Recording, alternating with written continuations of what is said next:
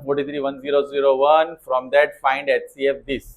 अब हमें पता है product of two number is equal to HCF into, now we have given A, B and LCM। मुझे क्या फाइंड करना है? HCF।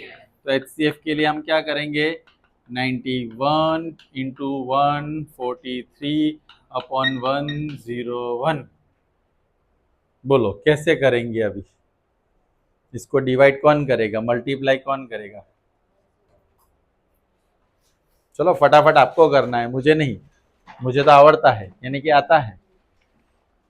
किससे कट होगा? कौन सा नंबर? 101 किस 1001 किससे कट होगा? किससे? कैसे? तो कट करो पूरा, आपके पास कटिंग तो सबको आता ही है, फटाफट। ऐसे मत समझो कि वीडियो रिकॉर्डिंग में मुझे ही करना है, आपको करना है, क्लास तो वैसे ही चलेगा।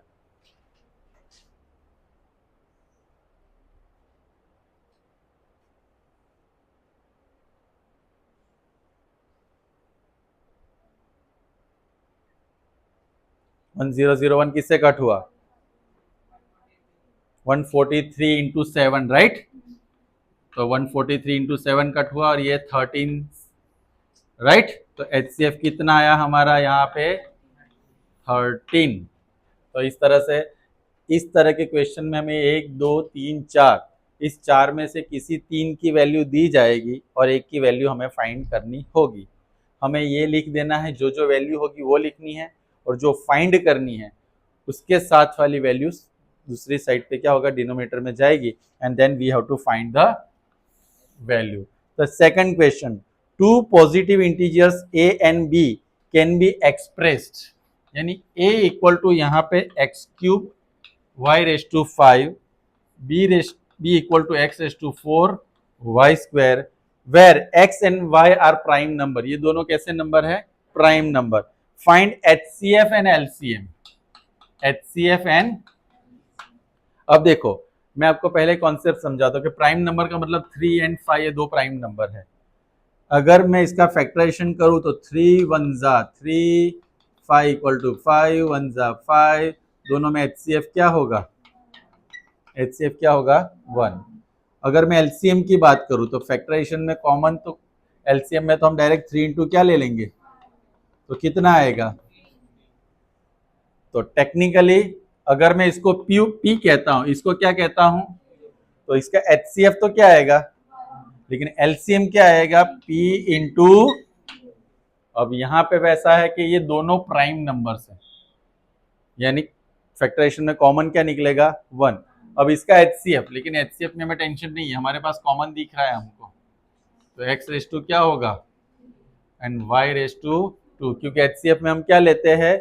जो डिग्री है, स्मॉलर डिग्री, राइट? यानी अब सिंपल है, इसके पास 3 बार x है, इसके पास 4 बार x है, कॉमन निकालेंगे तो कितनी बार दोनों दे सकते हैं? जो जितनी बार दे सकता है मिनिमम, उतना ही कॉमन निकलता है।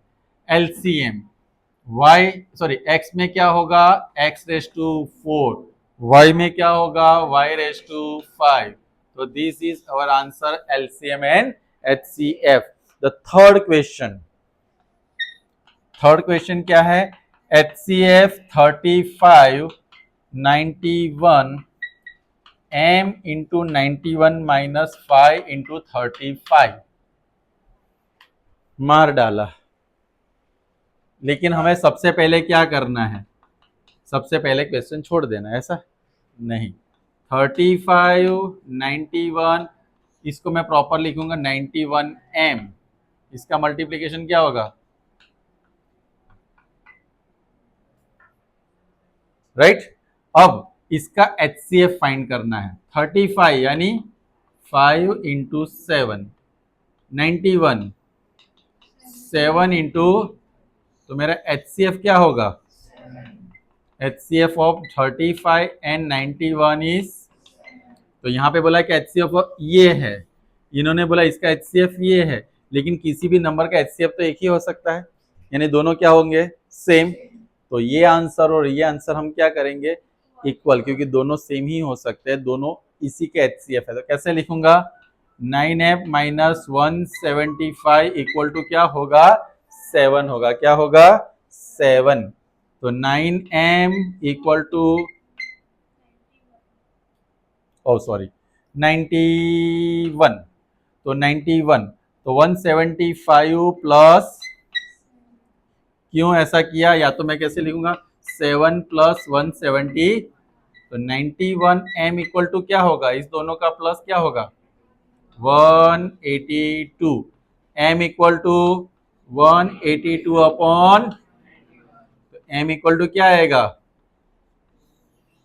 m इक्वल टू क्या आएगा। तो इस तरह से ये क्वेश्चन ऐसे भी पूछा जा सकता है और नॉर्मल ऐसा क्वेश्चन भी आएगा। इस क्वेश्चन में हमें क्या करना है, पहले इसका क्या फाइंड कर लेना है और एचसीएफ को इसके साथ क्या कर देना है, कंपेयर करना है, इक्वल करना है और इक्वेशन के तौर पे इसको क्या कर देना है, सॉल्व कर देना है, राइट। तो next question that is fourth one. तो फोर्थ क्वेश्चन प्रैक्टिस बुक में है, if the prime factorization of 2520, right, 2520 कुछ इस तरह से है, 2⁵, 3⁵p इंटू q इंटू 7। तो हमें p और q की वैल्यू फाइंड करनी है, p और q की वैल्यू। लेकिन उसके लिए मुझे क्या करना है, 2520 का प्राइम फैक्टराइजेशन सोचना है। तो 2520 का प्राइम फैक्टराइजेशन कौन करेगा, फास्ट, क्या होगा 2520,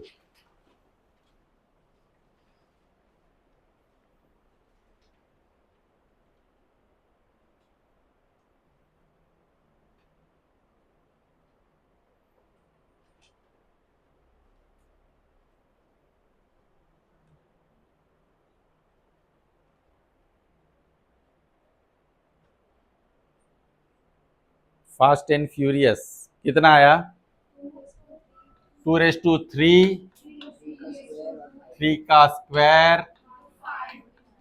अब आपको देख के ही पता चल जाएगा कि 2⁵3 कॉमन है, ये देखो, तो p इक्वल टू क्या होगा 2 और q इक्वल टू क्या होगा, कभी कभी ऐसे होगा कि p प्लस क्यू फाइंड करो, तो क्या कर देंगे 2 + 5 इक्वल टू, ऐसा भी पूछ सकते हैं, राइट।